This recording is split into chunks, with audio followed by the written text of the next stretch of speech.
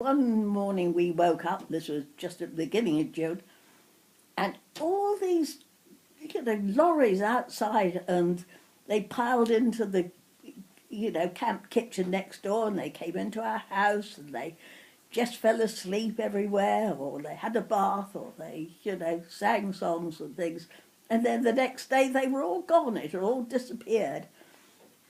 That's amazing. And where was that? Which house were you in? That was in the West End, sort of between Bit and West End. Oh, when you'd gone back home? Yeah, there was a half terms. That's Right. why it was sort of, I happened to be there. But shortly after that, the whole school returned to Southampton because the troops were no longer occupying our school. Because Southampton Grammar School for Girls had been built just before the war, new one, as had the boys' King Edward's School, and they were both built about the same time. They were brand new, and they were taken over by troops during the war. But you moved to Corfmullen yourself, didn't you? No, I didn't. David. No, it's just David. What was your thoughts when you first heard that you were going to be evacuated? You were at school, or did your mum tell you? Well, we were in Hinckley when the war broke out, and it was a Sunday when the announcement was made, and we were staying with a cousin of ours and an uncle and aunt who had they ran the Conservative Club in Hinckley, and we'd just gone out to get the Sunday papers, and I can remember coming back and how quiet the streets were. There was not a sound about.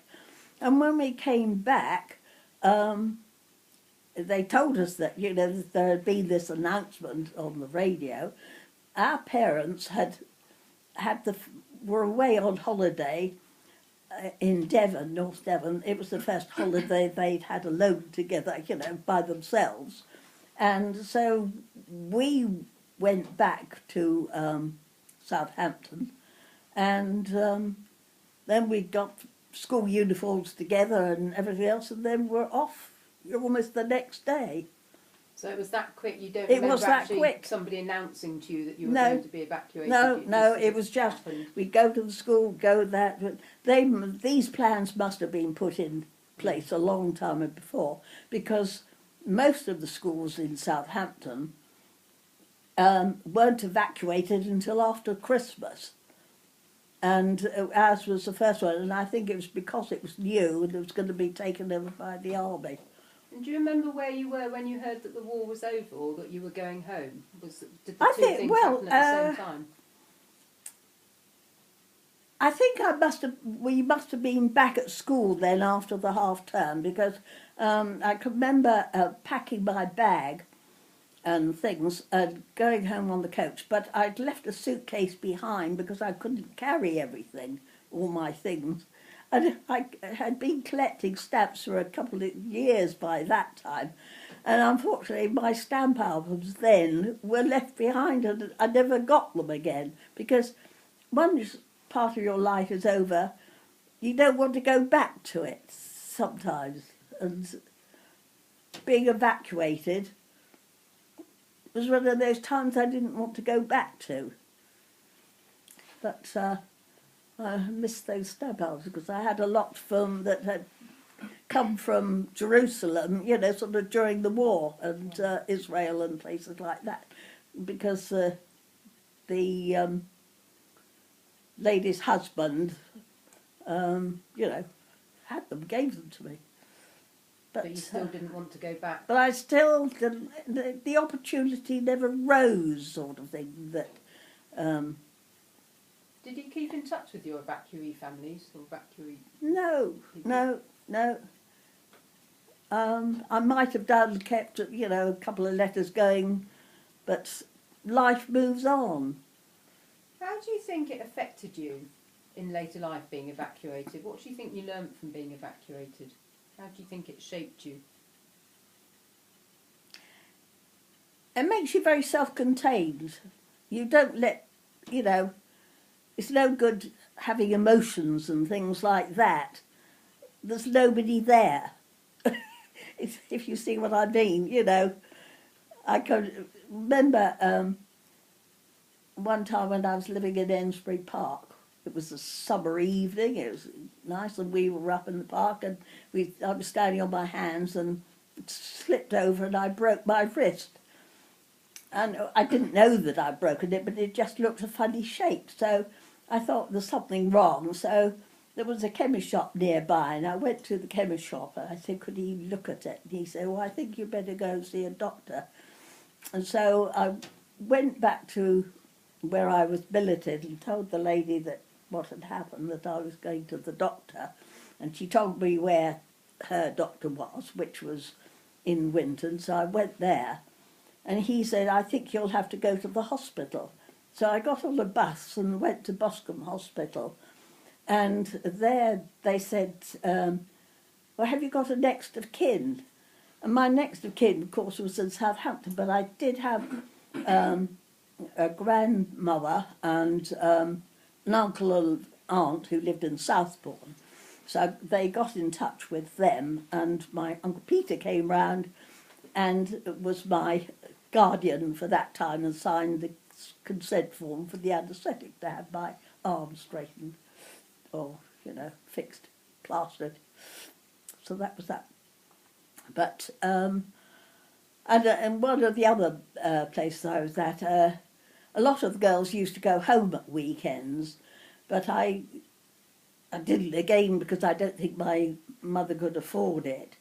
And so I used to spend Saturday mornings at Russell Coates Museum, and that was a fascinating place.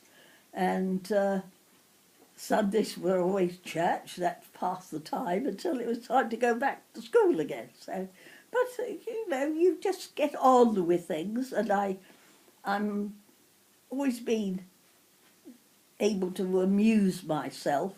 I read a lot. I liked reading. I practiced the piano when there was the piano in places, although I didn't play very well. And then there was homework to do and things like that. So the time just went by. Do you think you were treated very much as anybody else in the family when you were evacuated, or do you think the families treated you quite different as an evacuee? No, I was very fortunate because I think